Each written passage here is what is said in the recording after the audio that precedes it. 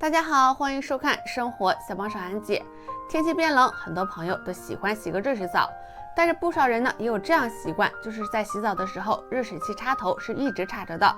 甚至24小时都插着。那你知道长时间插着热水器会有什么影响吗？下面赶紧跟视频一起来了解一下吧。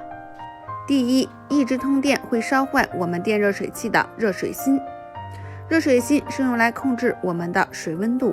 那反复加热水就有可能会导致热水芯被烧坏，那这样热水器就完全不能使用，造成很大的损失。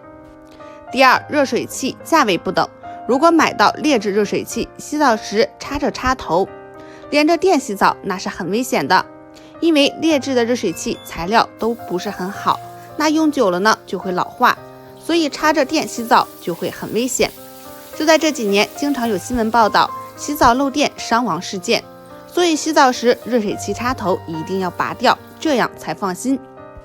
第三，会烧坏热水器的热水管。热水器热水管一般都是塑料或者是铁质的，但是塑料管是很容易被烧坏，所以长时间插着热水器会缩短热水器的使用寿命。第四，水质会变得越来越差。大家都知道，如果反复烧开的水是不能喝的，那热水器中反复烧热的水，水质也会变得非常脏。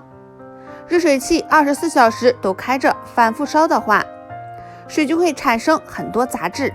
不管是作为洗浴还是平时用水，都是非常不健康又不卫生哦。好了，今天的视频就到这里，使用热水器注意的小事项大家有所了解了吗？如果你想看更多实用有趣的生活妙招，可以关注我，我们下期再见。